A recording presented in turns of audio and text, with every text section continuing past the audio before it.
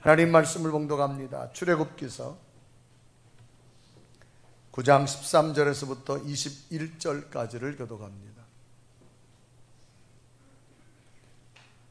여호와께서 모세에게 이르시되 아침에 일찍 일어나 바로 앞에 서서 그에게 이르기를 히브리 사람의 하나님 여호와의 말씀에 내 백성을 보내라. 그들이 나를 섬길 것이니라.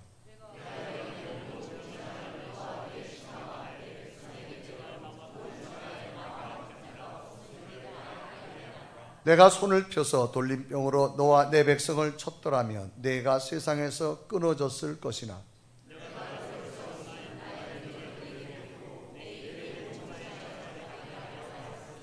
내가 여전히 내 백성 앞에 교만하여 그들을 보내지 아니하느냐?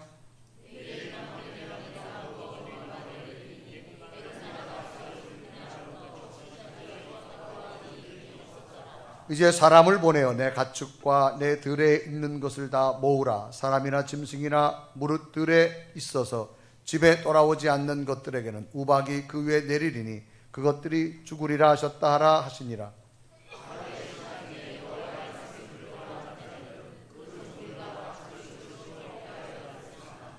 여호와의 말씀을 마음에 두지 아니하는 사람은 그의 종들과 가축들을 들에 그대로 두었더라. 아멘.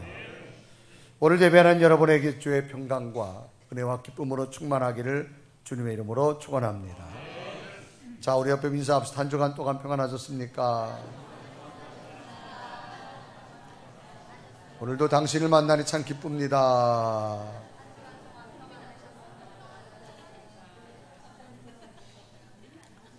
할렐루야. 서울대학교 최인철 교수님의 책 가운데 보면 프레임이라고 하는 책이 있습니다. 여기 보면 핑크 대왕 퍼시라고 하는 동화가 소개되어지는데요. 내용은 이런 겁니다. 핑크색을 아주 광적으로 좋아하는 핑크 대왕 퍼시라는 사람이 있습니다. 이 사람은 자신의 옷뿐만 아니라 모든 소유물이 핑크색이었고 매일 먹는 음식까지도 핑크색이었습니다. 그러나 이 핑크 대왕은 그것으로 만족할 수가 없어서 백성들의 소유물까지 핑크로 바꾸라고 하는 법을 만듭니다. 그날 이후 백성들은 옷과 그릇, 가구 모두 핑크색으로 바꾸었고 나무들과 각종 풀, 꽃, 동물까지 핑크색으로 염색을 해야 되는 진풍경이 발생했습니다. 왕의 법이었습니다. 그래서 온 나라가 핑크색입니다. 그런데 단 한 곳 핑크색으로 바꾸지 못한 곳이 있었는데 그것이 바로 하늘이었습니다. 핑크대왕은 이 하늘도 핑크색으로 바꾸고 싶은데 도저히 바꿀 수가 없는 거예요. 그래서 아주 유명한 스승님을 찾아갔습니다. 스승님, 제가 온 나라를 핑크색으로 바꾸고 싶어서 다 바꿨는데 하늘은 못 바꿨습니다.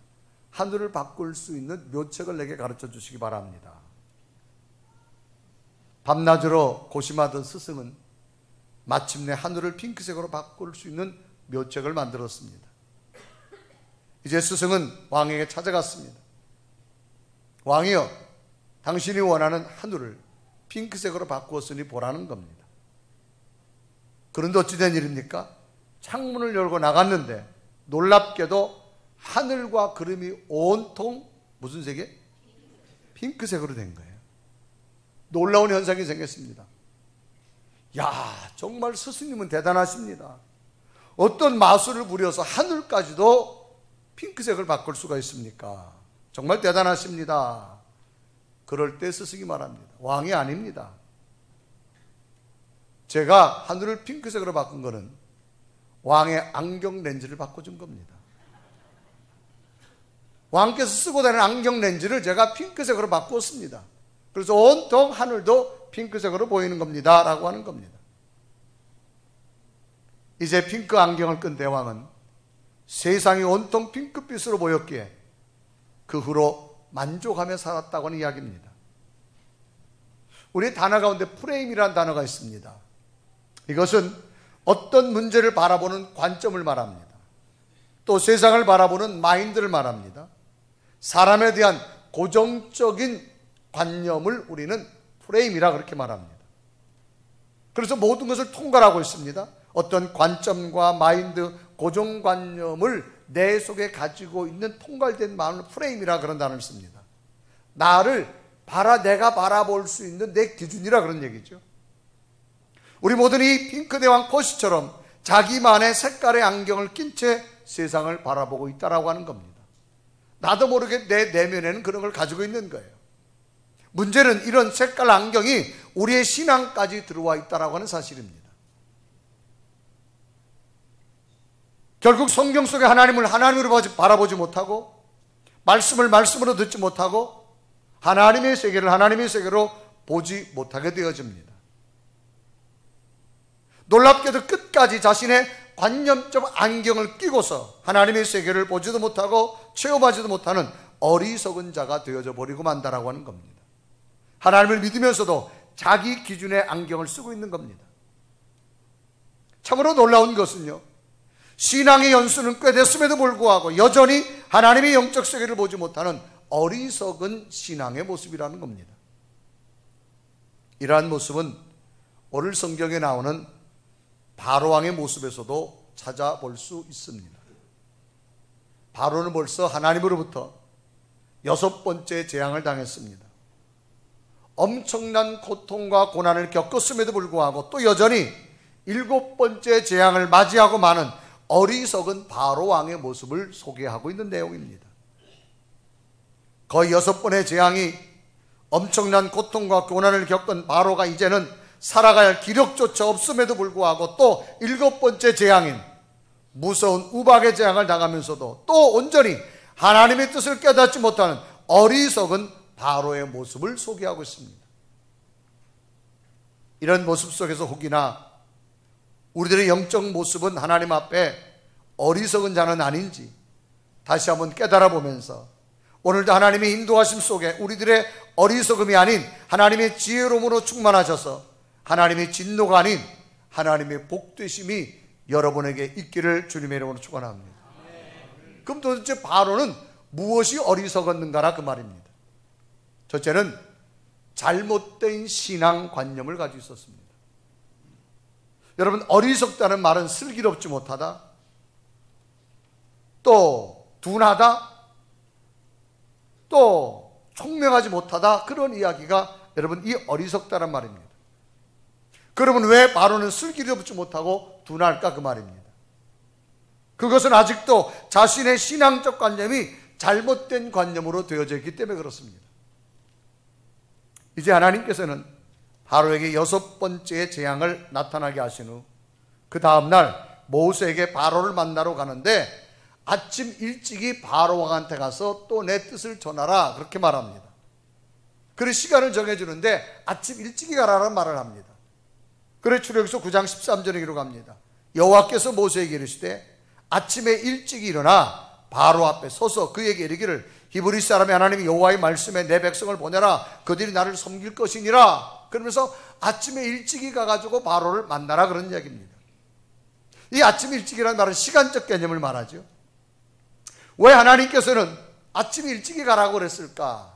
이 아침 일찍이 시간적 개념은 성경 여러 곳에서도 바로를 만나러 갈 때에 하나님이 쓰신 단어입니다.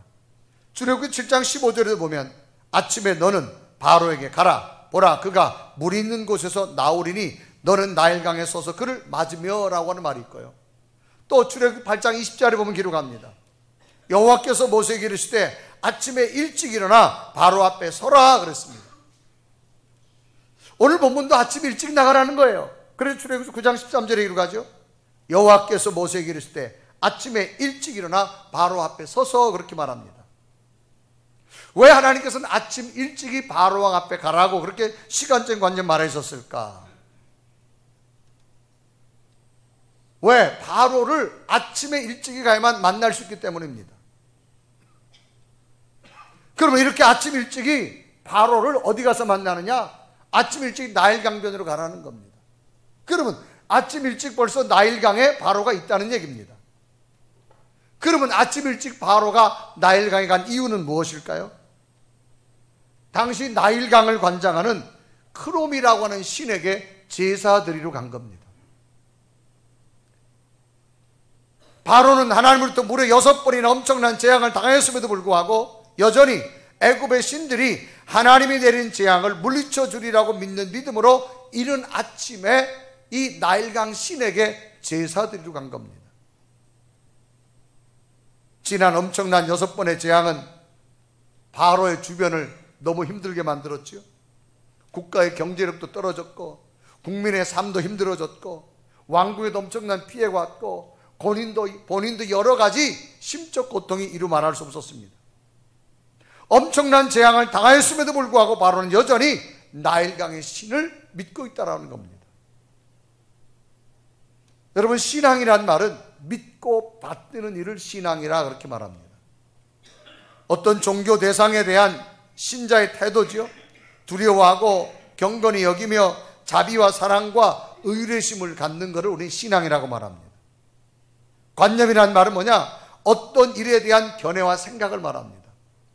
그러니까 하나님에 대해서 내가 어떤 고정적인 관념을 가지고 있느냐는 그 말입니다. 잘 변하지 않습니다. 이 고정관념은 변하지 않는 행동을 주관하는 결정적인 확고한 내면의 의식이 바로 뭐냐? 이 고정관념이에요. 이 바로는 어떤 관념을 가지고 있었느냐? 잘못된 신앙관념을 가지고 있었어요.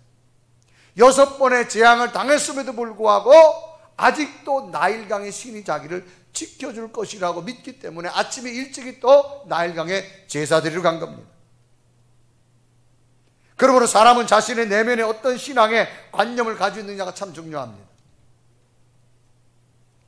간혹 이런 경우들이 매스컴에 보도되곤 하지요. 군 입대할 청년들이 자신의 잘못된 신앙적인 관념으로 군 입대를 거부하는 경우가 있습니다. 우리나라는 의무 가운데 성인이 된 남성은 국방의 의무를 감당해야 됩니다. 그런데 자기의 잘못된 신앙적 관념 가지고 군복무를 안 한다고 말합니다. 또 급히 생명에게 수혈을 해야 됨에도 불구하고 수혈을 거부하는, 심지어는 혈액형 같은 데도 불구하고 자식의 생명을 살려야 되는데 어머니가 신앙 때문에 자식에게 수혈해 주지 않습니다. 또 어저께는 CBS 뉴스에 보니까 신천지에 들어가는 어머니가 아들이 신천지에 들어오지 않는다고 협박을 막 하면서 칼을 가지고 죽이겠다라고 협박된 내용이 보도된 적도 있습니다. 그러므로 사람은 살아가면서 어떤 올바른 신앙의 관념을 갖느냐가 굉장히 중요합니다. 이단에 빠지면 안 되는 이유가 바로 여기 있는 겁니다. 이단에 빠지면 의식, 생각 자체가 올바른 것을 보려고 하지도 않습니다. 다른 어떤 것도 수용하지 않습니다. 오히려 자기들의 신앙의 고정관념만 가지고 모든 사물을 보고 판단하기 때문입니다. 우리는 흔히 보편타당이라는 말을 합니다. 이 보편타당이라는 말은 특별하지 않고 사리에 맞아서 타당하다 그런 얘기입니다. 자, 여기 보면 마이크가 있습니다. 이 마이크는 우리나라 사람만 마이크라고 하지 않습니다. 유럽 사람도 마이크라 그러고요. 아프리카 사람도 마이크라 그러고요. 미국 사람은 뭐라 하는지 아세요? 미국 사람도 마이크라 그래요. 보세요. 이건 보편타당한 겁니다. 그런데도 이거를 자기의 고정관념으로 바꿔버린다 그 말이에요, 여러분. 이단들은 보편타당을 거부합니다. 자기들만의 고정적 관념으로 사물을 보고 진단합니다. 바로는 지금까지 엄청난 재앙을 당하고도 아직도 나일강의 신만이 자신을 지켜줄 것이라고 믿는 어리석은 바로왕의 모습을 설명하고 있습니다. 이것은 뭐냐? 바로의 잘못된 신앙관념입니다. 오늘 우리는 어떤 신앙의 관념을 가지고 있습니까? 신앙의 연조는 꽤 됐음에도 불구하고 자기의 관념이 너무 큰 거예요. 그게 자리 잡고 있어요. 그러니까 하나님 말씀을 말씀으로 듣지 못합니다. 하나님의 세계를 인정하려고 하지 않습니다. 자기가 수용하는 것만 딱 수용하고 나머지는 수용하지 않습니다. 그러니까 하나님의 영적 세계를 깨닫지 못하는 겁니다. 바로 가진 그런 모습이에요. 하나님 볼 때는 굉장히 어리석은 자입니다. 하나님 우리에게 어리석은 자가 되지 원하지 않습니다. 지혜로운 자가 되기를 원하실 줄 믿습니다. 그러면 잘못된 이 신앙관념을 갖게 되면 어떻게 되느냐? 두 번째는 하나님의 경고를 무시하게 됩니다. 이 경고란 말은 조심하거나 삼가하도록 미리 주의를 주는 걸 경고라 그렇게 말합니다. 하나님께서는 6차례 재앙을 바로에게 내리셨지만 그래도 바로의 잘못된 신앙관념은 하나님의 뜻을 따르지 않게 되자 이제는 더 강력한 재앙을 애굽 땅에 내리시는데 애굽 온 땅에 우박을 내린다는 겁니다. 오늘 출애굽기서 9장 18절에 이루고 합니다. 내일 이맘때면 내가 무거운 우박을 내리리니 애굽 나라가 세워진 그날부터 지금까지 그와 같은 일이 없었더라 그렇습니다. 우박은 자연의 상승된 기류에 의해서 하늘로 올라간 빗방울이 기온에 얼어붙은 다음에 단단한 얼음이 돼가지고 땅에 떨어지는 걸 우박이라고 말합니다. 이 우박은 농작물에도 피해를 입히고 사람에게도 생명에 위협을 주게 되는데 오늘 성경은 그냥 우박이 아니라 무거운 우박이라 그렇게 표현합니다. 그래 출애굽기서 9장 18절에 말하죠. 내일 이맘때면 내가 무거운 우박을 내리리니. 여러분 무겁던 얘기는 크다는 얘기예요. 그러니까 얼마만큼 크다라는 걸 모르고 굉장히 크다, 중하다. 즉 우박의 무게가 크다는 얘기, 그러니까 얼음덩이가 크다는 얘기입니다. 여러분 이것을 하나님께서 쏟아내리신다는 거예요. 큰 우박으로 애굽 땅에 있는 사람과 동물과 식물 모두를 멸망하시겠다는 겁니다. 얼마나 무서운 애굽의 재앙인지 애굽 나라 이래 이러한 재앙은 처음 봤다라고 기록할 정도입니다. 그래서 출애굽기서 9장 18절에 말합니다. 내일 이맘때면 내가 무서운 우박을 내리리니 애굽 나라가 세워진 그날부터 지금까지 그와 같은 일이 없었더라. 지금까지 이런 일을 한 번도 본 적이 없이 어마어마한 재앙이 내릴 거라는 겁니다. 그런데 하나님께서는 이런 엄청난 우박의 재앙을 내리시기 전에 바로에게 경고를 합니다. 뭐라 경고하느냐? 바로야 우박을 내릴 거니까 들에 있는 가축이나 사람이나 식물까지도 다 집안에 들여놔라. 그러지 않으면 너희가 엄청난 피해를 볼 것이다. 그래 출애굽기서 9장 19절에 이러고 합니다. 이제 사람을 보내어 내 가축과 내 들에 있는 것을 다 모으라. 사람이나 짐승이나 무릇 들에 있어서 집에 오지 않는 것들에게는 우박이 그 위에 내리리니 그것들이 죽으리라 하셨다라 하시니라 그랬습니다. 이제 우박이 굉장히 큰 것들이 내릴 텐데 이걸 가지고 집에 갖다 다 들여 놓으라는 거예요. 그런데 이런 하나님의 경고에 두 종류의 반응이 나타났습니다. 첫째는 그 하나님의 말씀을 두려워하고 그 말씀을 받아들인 사람이 있습니다. 그래서 집집마다 다 피합니다. 또 하나는 두려워하지 않습니다. 무슨 하나님의 말씀이 무슨 우박이 커도 그냥 상식적으로 내리겠지 큰 것이 내리겠어. 하나님 말씀에 대해서 거부합니다. 하나님의 경고를 무시합니다. 성경을 보면 하나님의 경고를 무시한 자들은 다 멸망되어지고 하나님의 경고를 받아들이고 두려워한 자들은 집안에서 모두가 살아남게 되었다고 성경은 기록합니다. 그래 출애굽기서 9장 20절에 말합니다. 바로의 신하 중에 여호와의 말씀을 두려워하는 자들은 그 종들과 가축을 집으로 피하여 들였으나 라고 말합니다. 하나님 말씀을 두려워한 자들은 집에다 피했습니다. 그런데 하나님 말씀을 마음에 두지 않고 두려워하지 않는 자들은 종들과 가축을 그대로 다 두어가지고 다 멸망해버리고 맙니다. 그래 21절에 이루가죠. 여호와의 말씀을 마음에 두지 아니하는 사람은 그의 종들과 가축을 들에 그대로 두었더라라고 말합니다. 하나님께서는 모세를 통하여 애굽에 우박을 내리실 것을 경고하신 것 더불어 들에 있는 모든 것들을 다 모아 집에 들이라 그런 얘기입니다. 그래서 재앙을 피하라는 겁니다.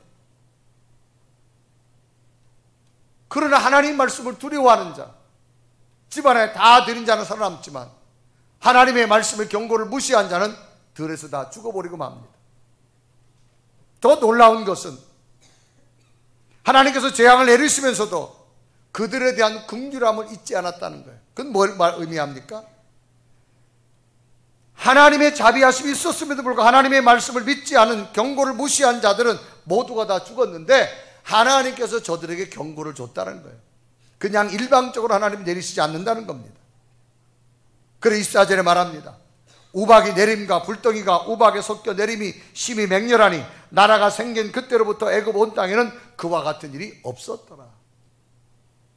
하나님 말씀을 수용하고 두려워한 자는, 집안에 들인 자는 다 살았는데 그것을 하나님 앞 말씀을, 경고를, 메시지를 듣지 않는 자는 다 들녘에서 멸망해버리고 맙니다. 이처럼 하나님의 경고하심을, 하나님 말씀으로 믿고 순종하는 자는 구원을 받지만 하나님의 경고하심을 무시하고 불순종한 자는 멸망을 당하고 말았다고 하는 사실입니다. 이제 여름 되면 뉴스에 간혹 어떤 뉴스가 나오는가 하면 물놀이 갔다가 익사사고 난 뉴스들이 간혹 나옵니다. 이제 휴가를 맞이하게 되지요. 그래서 바다나 강으로 가게 됩니다. 특히 강 같은 데 가보면 물도 맑고 자연이니까 얼마나 마음이 풀어집니까? 그래서 막 물에 들어가려고 하는데 그 앞에 팻말이 있어요. 수심이 깊다고 팻말이 있습니다. 절대 깊은 곳을 가지 말라고 말합니다.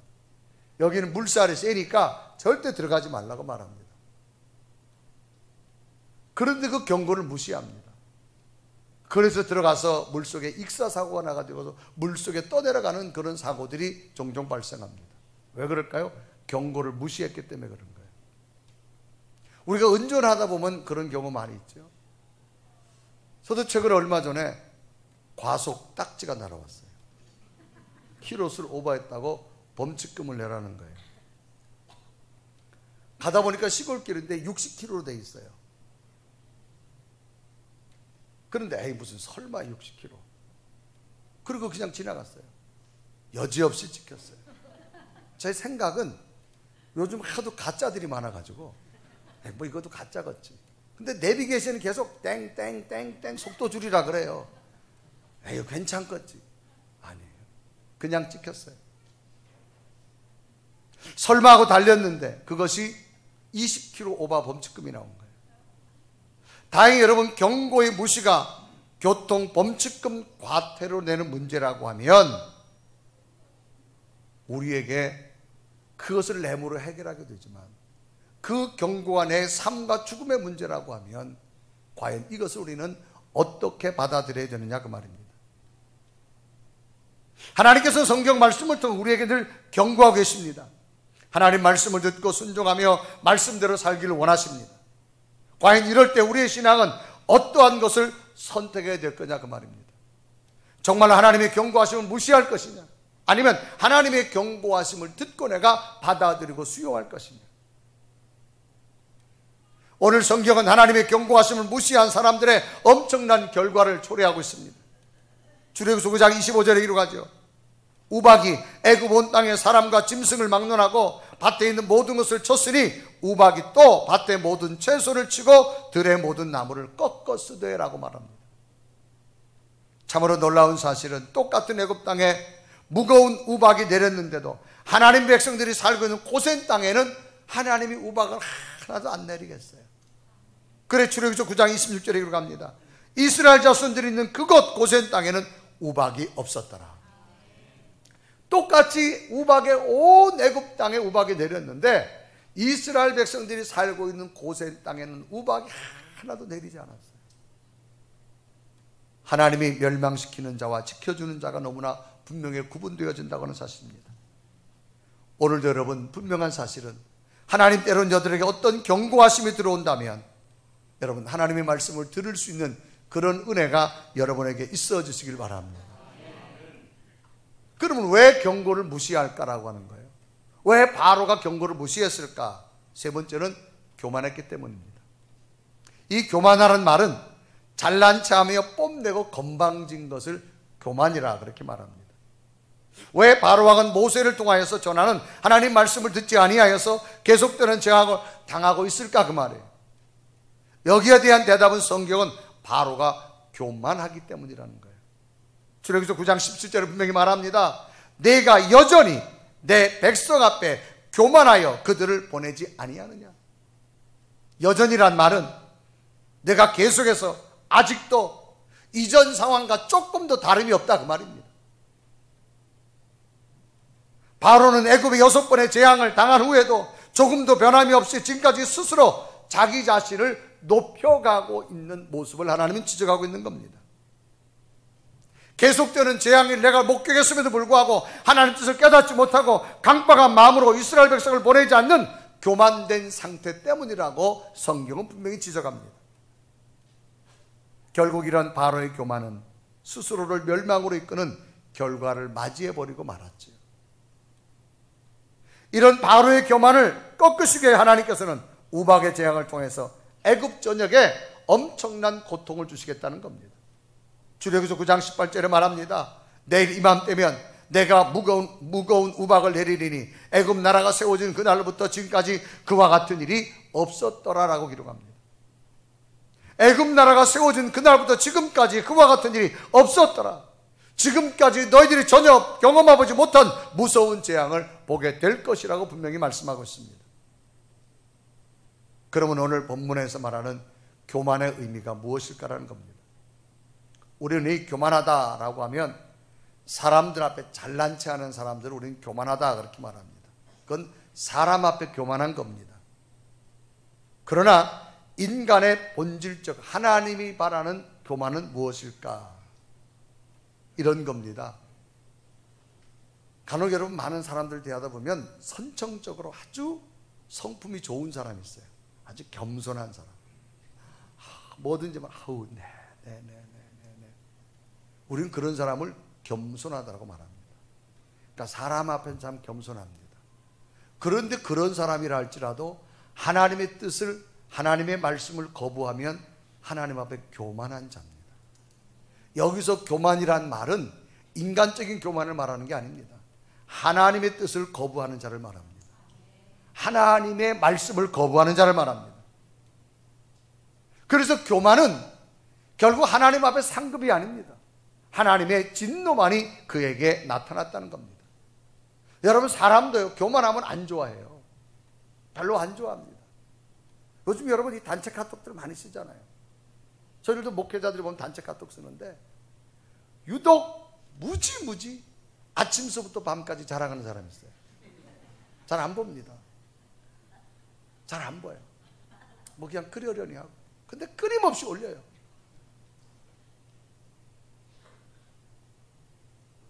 근데 제가 뭘 위안을 받았는가 하면 그런 사람들이 이 정신적으로 문제가 있는 사람, 심리적으로. 그러니까 어려서 상처를 많이 받은 사람들이 그런 현상이 보상심리가 나타난다는 거예요. 아, 이게 하나의 질병의 문제구나. 이게 이런 심리적인 문제구나. 그거를 제가 생각해보니까 이해가 되는 거예요. 이해가 되더라고. 내가 기도해 줘야 되겠다. 여러분 하나님이 원하는 겸손은 뭘까요? 하나님의 말씀과 뜻을 알으라는 거예요. 예수님께서는 어떤 상황에서도 예수님께서는 자신의 겸손을 잃지 않았습니다. 예수님께서는 십자가의 죽음을 이제 당해야 됩니다. 예수님도 인간적인 몸을 가지기 때문에 얼마나 여러분 힘들어요. 여러분 사람이 죽는 것도 그냥 죽는 거하고 고통스럽게 죽는 거는 달라요. 이 십자가의 죽음은 매를 맞으면서 무거운 십자가를 지고 머리에 면류관을 쓰고 피가 흐르면서 마지막은 어떻게 해요? 그냥 여러분 목매달아서 간단하게 죽는 창을 찔러가면서 자기 몸에 물이 다 빠질 때까지를 기다려. 엄청난 고통입니다. 과연 이걸 내가 감당해야 되냐 말아야 되느냐. 그럴 때 예수님께서 하나님 앞에 기도하죠. 하나님 아버지여 정말 나도 이 고통을 당하기 힘듭니다. 할 수만 있다면 이 고통을 좀 지나가게 하시고 그러나 내 뜻대로 마옵시고 아버지의 뜻대로 하옵소서. 하나님의 뜻을 따라 아버지의 뜻을 따르는 게 온전한 겸손이라는 겁니다. 그래서 마태복음 26장 39절에 말하죠.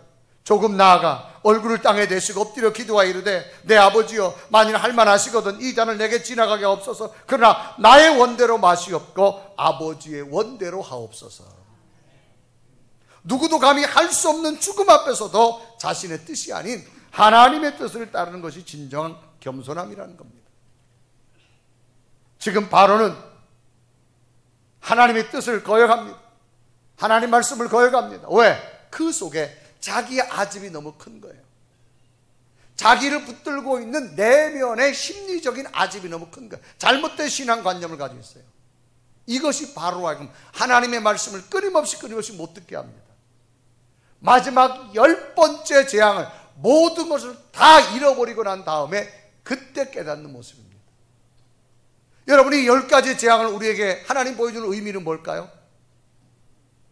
우리에게 순간순간 깨달으라고 주시는 줄로 믿습니다. 그래서 자기 내면 속에 무엇을 가지고 있느냐가 참 중요합니다. 특별히 여러분, 어린 자녀를 키우는 분들 잘 좀 들어주세요. 식탁에서 가정에서 생활하다 보면 부모님들의 이야기를 아이들이 들을 수가 있어요. 그런데 여러분, 신앙적인 얘기를 하실 때는 절대 아이들 앞에서 여러분 신앙에 좋은 얘기만 해주시기 바랍니다. 간혹 어려서 여러분 부부들이 이야기하는 거를 아이들이 많이 듣다가 교회에 대한 부정적인 거, 하나님에 대한 부정적인 거, 목회자에 대한 부정적인 거를 아이들이 듣잖아요. 그럼 그때부터 아이들은 뭐가 쌓이느냐? 아, 하나님 나쁜 사람이구나, 교회도 나쁜 것이구나, 목사님도 나쁜 사람이구나, 이런 게 쌓이는데 여러분, 성인이 되어져서 그거 잘 안 바뀌어집니다. 여러분. 그래서 자기가 가지고 있는 신앙의 프레임이라는 게 여러분 얼마나 중요한지 몰라요. 어려서부터 여러분이 신앙의 좋은 모습만 심어주십시오. 아멘. 제가 그런 이야기 간혹 했잖아요. 어느 목사님이 신방을 갔는데 아이가 문을 열다가 엄마한테 엄마 목사 온다, 목사 온다 그랬다잖아요. 집에서 늘 그렇게 쓴 거예요. 그런데 어느 아이 집에 신방을 갔는데 문을 열, 엄마 하나님 오신다, 하나님 오신다는 거예요. 똑같은 아이인데 벌써 그 아이의 여러분 내면이 다른 거예요. 여러분, 우리의 신앙에 하나님이 어떤 말씀을 내게 준다 할지라도 겸손함으로 하나님의 뜻을 따를 수 있는 믿음이 되기 바랍니다. 때로는 하나님이 이런 사인을 줄 때가 저런 사인을 줄 때가 있어요. 그런데 바로는 자기 아집 때문에, 잘못된 신앙관념 때문에 하나님 말씀을 거부합니다. 끊임없이 하나님 지금 진도가 계속되는 거예요. 우리는 어느덧 2018년 지나간 6개월의 시간을 살아온 시점에 서 있습니다.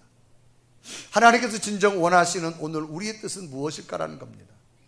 한마디로 하나님의 뜻은 하나님이 인도함을 기억하며 그 하나님께 감사하는 마음을 드리기를 원하실 줄로 믿습니다.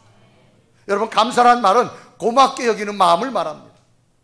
지나온 시간의 삶 속에 하나님이 인도함을 고맙게 여기는 마음을 갖기를 하나님은 원하십니다. 자녀도 부모에 대한 고마운 마음을 갖는다면, 부모가 그렇게 힘들었어도 부모에게 감사하다는 그 말이 마음에서 우러나온 그 한마디가 부모를 기쁘게 해주는 것과 똑같습니다. 성경에 보면 사도 바울이 예수 그리스도를 믿은 다음에 하나님 뜻을 찾아요. 이 사도 바울은 원래 예수 믿는 자가 아니었어요. 예수 믿는 자를 핍박하는 자였어요. 그런데 예수 그리스도를 온전히 자기 속에 모시고 나니 하나님 뜻이 뭔가를 찾았는데, 그 하나님 뜻을 데살로니가서 5장 16절과 18절을 기록하죠. 항상 기뻐하라, 쉬지 말고 기도하라, 범사에 감사하라, 이것이 그리스도 예수 안에서 너희를 향한 하나님의 뜻이니라. 여러분, 범사란 말은 뭐예요? 어떤 상황을 말합니다. 범사에 감사할 수 있는 이유는 범사도 하나님이 주셨기 때문에. 그거마저 하나님이 안 주시면 범사가 올 게 아니에요. 왜 감사하지 못하는가? 그것은 하나님을 인정하지 않기 때문에 그렇습니다. 인정한다는 말이 뭐예요? 확실히 믿고 그렇게 여기는 거예요. 하나님의 인도함을 인정하지 않기 때문에 감사하지 않는 거예요. 무엇을 인정하지 않는가? 하나님의 인도하심, 하나님의 보호하심, 하나님의 손길을 인도하지 않는다는 거예요. 내 힘으로 살아왔다 그 말이죠. 왜 인정하지 못할까요? 자기 변화가 없기 때문에 그래요. 기독교의 본질은, 복음의 본질은 뭐냐? 자기 변화입니다. 환경이 먼저 변하는 것이 아니라 내 내적 모습이 먼저 변하는 게 기독교의 본질입니다. 사도 바울도 처음에는 예수 믿는 사람을 잡아다 핍박하는 자였어요. 그런데 그가 다메섹 도상에서 살아계신 부활하신 주님을 만난 다음에 이 바울에게는 엄청난 자기 변화가 와서 세상을 다시 보게 되었다고 말합니다. 그래서 사도행전 9장 17절과 18절 기록하죠. 아나니아가 떠나 그 집에 들어가서 그에게 안수하여 이르되, 형제 사울아, 주고 내가 오는 길에서 나타나셨던 예수께서 나를 보내어 너로 다시 보게 하시고 성령으로 충만하게 하신다. 18절에 보면 즉시 사울의 눈에서 비늘 같은 것이 벗어서 다시 보게 된지라 일어나 세례를 받고, 하나님의 성령으로 바울이 다시 눈이 떠지는 은혜의 사람으로 되어졌다라고 말합니다. 왜 다시 보이는가? 그 속에 예수 그리스도로 말미암아 자기 변화가 일어났기 때문입니다.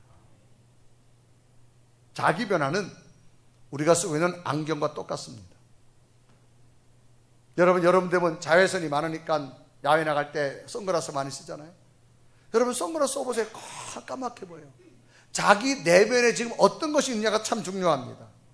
자기 속에 은혜가 있느냐, 자기 속에 감사가 있느냐, 지나온 삶이 하나님의 은혜로 여겨지느냐에 따라서 내가 지금 드려지고 내가 바라보는 게 달라집니다. 여러분 인생을 살다 보면 어찌 맨날 좋은 날만 있겠어요? 여러분 비가 오니 좀 귀찮으시잖아요. 우산도 써야 되고 땅도 질고 해가 나면 좋잖아요. 그러면 360일 대한민국에 해만 나면 좋겠어요? 대한민국은 사막이 됩니다. 이렇게 그러면 비도 와야 됩니다. 또 태풍도 불어야 되고 비바람도 쳐야 되고 날씨도 추워야 되고, 때로는 지금은 귀찮을지 몰라도 지나고 나면 아름다운 열매를 만드는 과정입니다. 여러분 지나온 6개월 삶 속에 때로는 여러분이 원치 않은 일을 당하고 내가 뜻하지 않은 일을 만날 수 있을 수 있어요. 아픔도 있고 눈물도 있어요. 그러나 하나님의 은혜를 먼저 크게 채우십시오. 이 모든 것이 하나님의 은혜로 여겨진다면 오늘의 아픔이 내일의 좋은 열매가 될 줄로 믿습니다. 하나님의 씨앗이 여러분 그대로 있으면 절대 열매가 안 됩니다. 이것이 여러분 땅에 들어가서 자기 자신을 깨져야 돼요. 그리고 그 껍질을 벗기고 싹이 올라오고 그리고 나서 꽃 피고 더 많은 열매가 맺혀진다는 사실입니다. 우리가 원하는 대로 세상은 되어지지 않습니다. 지난 6개월에 수많은 일들을 만날 수 있어요. 그러나 지나간 시간은 무조건 감사하십시오. 하나님 은혜로 감사하시고 내일을 기다리십시오. 하나님이 더 큰 감사의 조건과 기쁨을 여러분에게 주실 줄로 믿습니다. 오늘 성경의 바로는 자기 변화가 없었습니다. 그래서 계속해서 하나님은 외적 환경에 탄압을 주는 겁니다. 본질은 뭐예요? 네 속이 좀 변하라고 하는 겁니다. 네 속이 좀 변해라. 그런데도 이 바로는 깨닫지 못하고 있습니다. 오늘 하나님 우리에게 요구하는 것이 뭘까요? 우리의 내적 변화가 말미암아 하나님의 은혜를 먼저 기억하기를 원하실 줄 믿습니다. 우리는 왜 어리석은 자가 자꾸 돼요? 자신이 깨달아야 될 걸 못 깨달아요. 자신이 보아야 할 것을 보지 못합니다. 자신이 느껴야 될 것을 바로 느끼지 못하기 때문에 어리석은 자가 되어지는 겁니다. 하나님은 우리로 하여금 어리석은 자가 되기를 원하지 않습니다. 말씀 속에 깨닫기를 원하고, 말씀 속에 새로운 걸 보기를 원하고, 말씀 속에 새로 느껴야 될 것을 느끼기를 원하실 줄 믿습니다. 의약품 가운데 마취제가 있습니다. 클로로폼이라고 하는 마취제인데요, 이 마취제를 처음 발명한 사람은 영국 사람 제임스 심프슨이라고 하는 산부인과 의사였습니다. 이분이 1853년에 빅토리아 여왕 분만 때 이 마취제로 성공함으로 마취가 이게 정식 공인이 되어집니다. 그런 이 산부인과 의사로서 뭘 느끼는가 하면, 특히 외과 수술하는 사람들, 환자를 보면 굉장히 고통스럽잖아요. 여러분 살아있는 살을 찢어서 이걸 여러분 여러 가지 기구를 통해서 이거를 치료한다고 생각해 봐요. 사람이 얼마나 고통스럽겠어요. 여러분들이 간혹병원에 수술하다 보면 하나도 안 아프, 본인이 못 느껴요. 왜 그런 줄 아세요? 뭐가 들어갔어요? 마취제가 들어갔기 때문에요. 그거를 개발하기 전에는 사람이 통증을 느껴야만 돼요. 그런데 이분이 도대체 저렇게 엄청난 고통을 당하며 사람이 수술을 당하는데, 그런데 우리 성경을 읽다가 창세기 나오는 부분을 읽다가 생각이 좀 바뀌어진 거예요. 그 내용이 뭔가 하면 창세기 21장과 2장 21절 22절인데, 여기 보면 여호와 하나님이 아담을 깊이 잠들게 하시니 잠들매 그가 갈빗대 하나를 취하고 살과 대신 채우고, 22절에 보면 여호와 하나님이 아담에게 취하신 그 갈빗대로 여자를 만드시고 그를 아담에게 끌어오시니, 여기 보면 내용이 아담의 갈빗대를 뽑아요. 뽑는데 깊이 잠들게 했다. 그러니까 아담이 갈빗대 뽑는지도 몰라요. 그래 여러분 21절 보세요. 깊이 잠들게 하시니, 여호와 하나님이 아담을 깊이 잠들게 하시니 잠들매 그랬습니다. 그러니까 얼마나 깊이 잠들었는지 갈빗대를 뽑아도 통증을 못 느껴요. 그리고 살을 갖다 채웠다 그랬어요. 자, 그러면 도대체 이게 뭘까?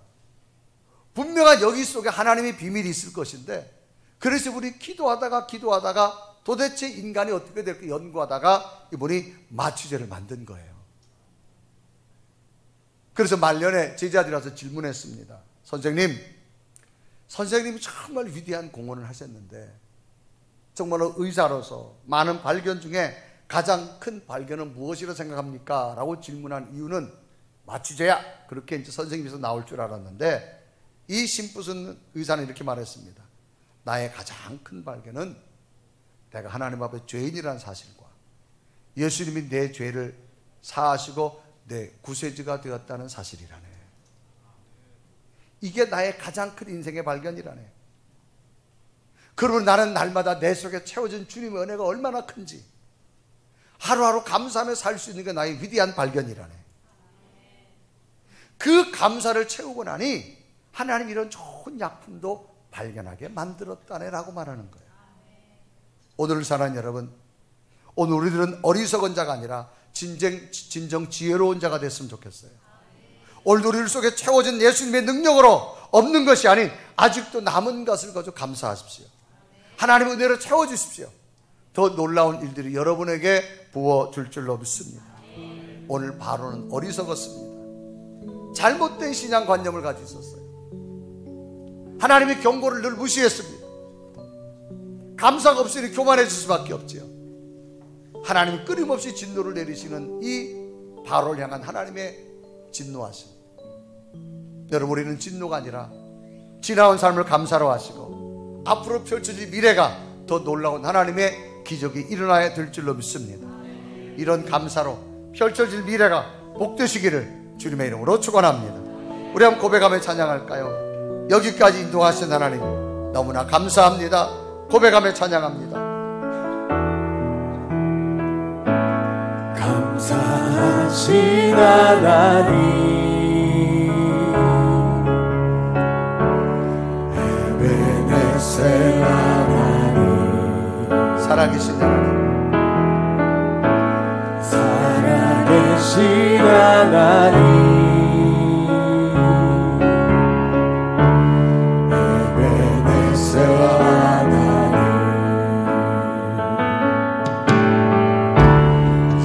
여기까지 인도하셨네.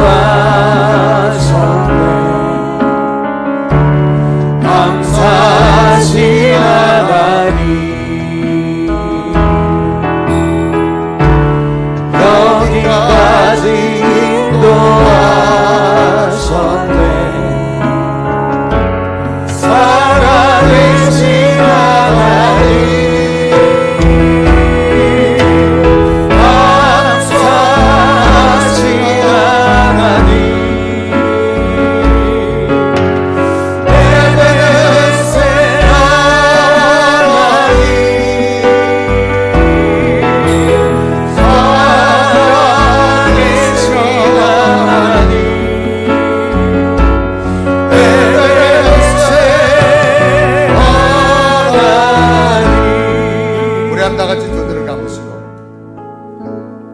지나온 6개월을 한번 스스로 한번 우리 곰곰이 생각해 보겠습니다.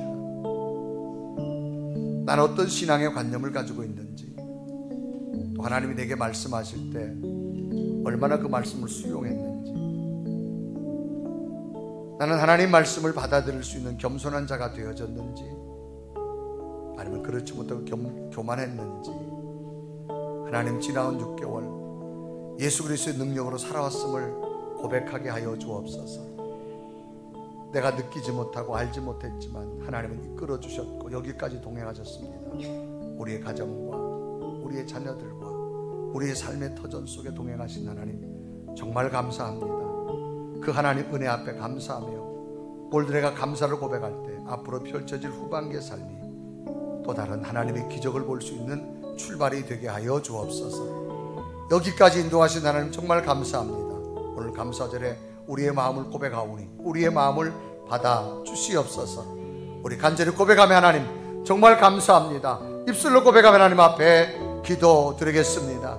살아계신 하나님, 이 시간도 주 앞에 간절히 기도하고 감사하신 하나님, 나는 하나님 앞에 세워지고 나오니 에베네셀 하나님, 하나님이 살아계심을 깨닫습니다. 살아계신 하나님, 하나님이 사람으로 세워지고 나오니 진정한 감사를 찾게